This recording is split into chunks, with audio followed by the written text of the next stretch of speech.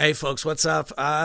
Whiskey and the Surfer, Denver's top iconic rock. You know it because I yell it every single time. Raging in the simulation as we find out that there will be artificially intelligent radio hosts and comedians and world leaders.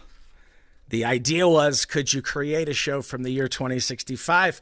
And by the time these ne'er-do-well AIs come up with their own version of comedic programming, will my show be just as funny?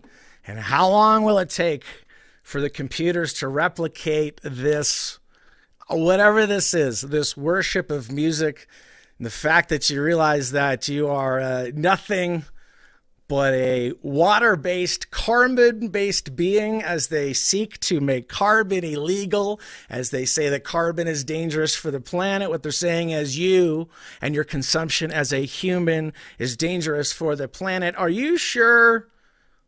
Instead of having a biological kid that you got to maintain and it's expensive and you have to follow all the regulatory guidelines of what it is to exist and what we have determined to be bio level 0 here, are you sure you want to bring a baby into this world? Or because we already know how much money that kid is going to generate, our economy that exists in this simulation will give you 3 times that amount of money that you can use across all levels of simulation that you're engaging in, sleeping, waking, and not.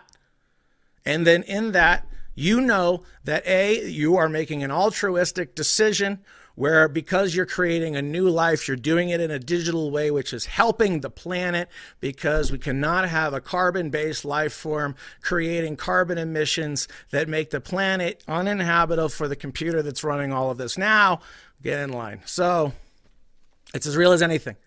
Advance yourself to the future. Now, the reason that we have music and all of this, the reason that this is a part of all of this is because in the same way that if you speak positivity into liquids, positivity into water, you've seen the droplets, and then like the Buddhists have been praying over this one. It looks like, I don't know, like a Christmas card.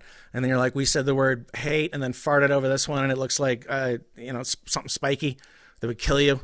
And it looks like something dangerous. And so then you realize that as you engage with the truth in this sense of time, tempo, rhythm, the words are what they are, but in this case, and metal, that the words are just another instrument telling a story. Aren't we just telling stories in all of this? And so I love music, and remember this, I talk a lot about jumping out of an airplane, careening towards a corner, and your life is about to end. You're in a traffic stop where things might go south. You have a gun pointed at you. Your life may very well end, and that is the only thing that's happening. No, those are all negative situations, but how about the fact that when you're at your favorite band, and your favorite band is playing, surrounded with thousands of other people who think that that's their favorite band as well, and you all come together in that believing, and you've spent all the money, and there you are, locked in the unison and the harmony of singing those words to your favorite song, surrounded by other people singing those words to their favorite song, so much so that their outpouring of love that you're injecting into that situation that you find yourself in, with all of you disappear, and you disappear into the cacophony of everyone singing together and becoming that song. And the only thing that's happening is they're playing it and you're singing it, and you are that one thing that's happening. And can you maintain that across all levels of the situation and the simulation, depending on what's happening? On Denver's top iconic rock, folks, raging in the simulation. I will open with NAILBOMB. Dear God, you give me Max Cavalera and a drum machine, I'll give you 95 records that sound better than anything else. How old were you when you heard this for the first time? We got new music coming from VISIGOTH. They've got a 7-inch coming out on Metal Blade Records. New Ringworm. Machine Head 25th anniversary. Chris Contos is back. We're going to do a little, some tracks off Burn My Eyes and video of, guess what? They reunited. I think the whole band, at least 75% of them. It's going to be amazing. Rob Flynn, Pudding. Oh my God, that Burn My Eyes version together. Coming up later in the show. Rock on.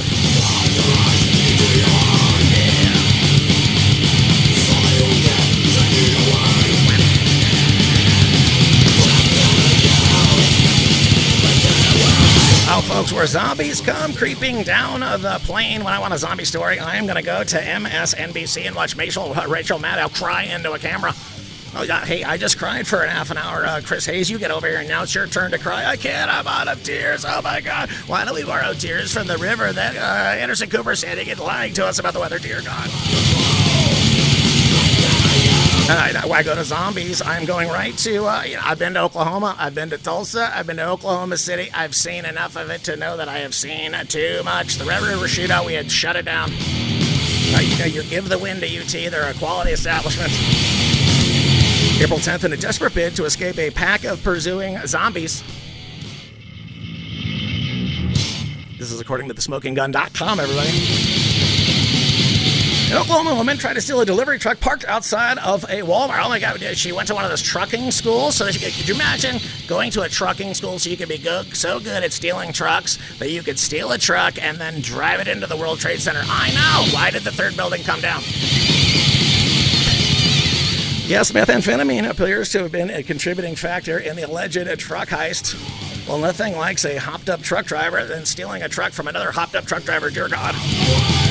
According to the police report, a man called 911 is a joke in Airtown Tuesday morning to report that a woman had jumped into his truck, locked the doors, and was attempting to drive away the truck.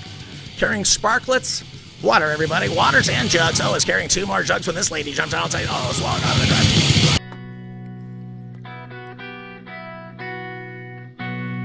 From Metal Blade Records, everybody, VISIGOTH, coming to you from the new wave of heavy metal, the new wave of thrash metal. Oh, dude, the way this guy is dressed, dear God. I've never seen this guy and Rob Halford's closet in the same place. No, I get it. You went to a Hot Topic and you cleared them out of wristlets. Dude, if I don't have 95 spikes, I'm not going on stage to sing about Vikings. But these ne'er-do-wells call me a poser. Get out of here. Hey, this guy can sing.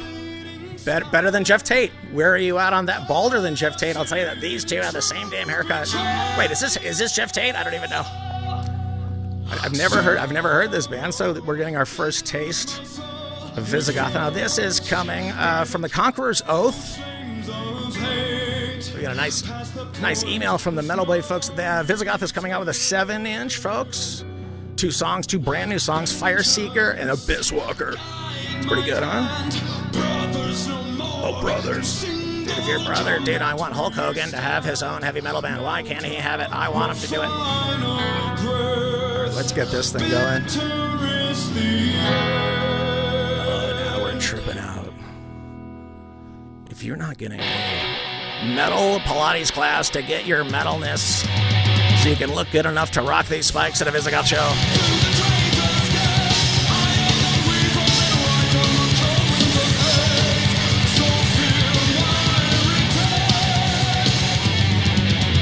what are we looking at in this video? All right, front row raging. They've flown the mains and it sounds good.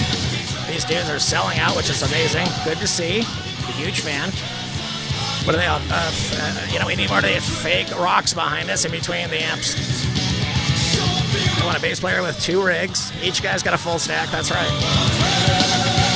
What are you wearing? Heavy metal t-shirt? Heavy metal t-shirt? Heavy metal t-shirt? Heavy metal t-shirt? And you're wearing a heavy metal t-shirt? What is the crew wearing? Heavy metal t-shirts? Okay, good. We all look the same. We all look good. Hey, these guys are good. I'll give you that there.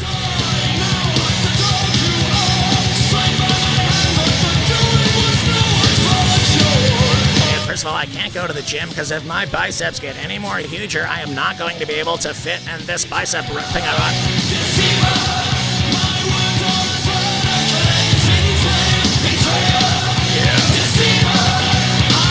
First of all, come on, dude. This dude has abs. He's got a sleeveless shirt. He looks great. Bald. The band's raging. Fake rocks in the background. All the gear works, and these riffs are good. What more do you want? If this would have came out when I was 12, I would be writing this logo on my neck in a Sharpie.